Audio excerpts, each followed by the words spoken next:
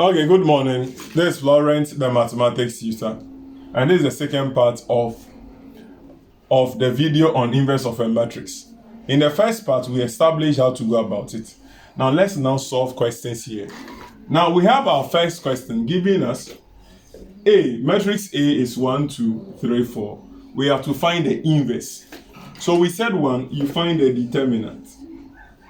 And the determinant is basically the product of the leading matrix minus the product of the product of the leading diagonal minus this. So we are going to have here, we'll have 1 times 4 minus the product of this. So now we obtain here 4 minus 6.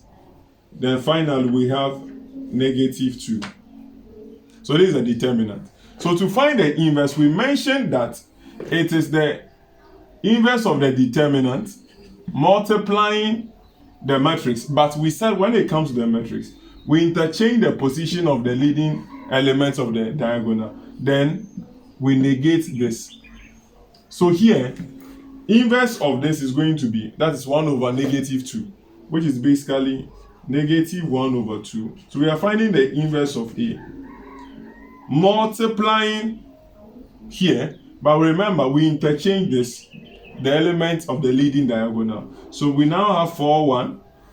Then with this diagonal we negate. So negative 2, negative 3. And this is going to give us negative 1 over 2 times this will give us negative 2. This one is basic arithmetic. Negative 1 over 2 times this will give us positive 1. Then negative 1 over 2 by negative 3 will give us positive 3 on 2. Then negative 1 over 2 times 1 is the same as negative 1 over 2. And this is the inverse of the matrix A.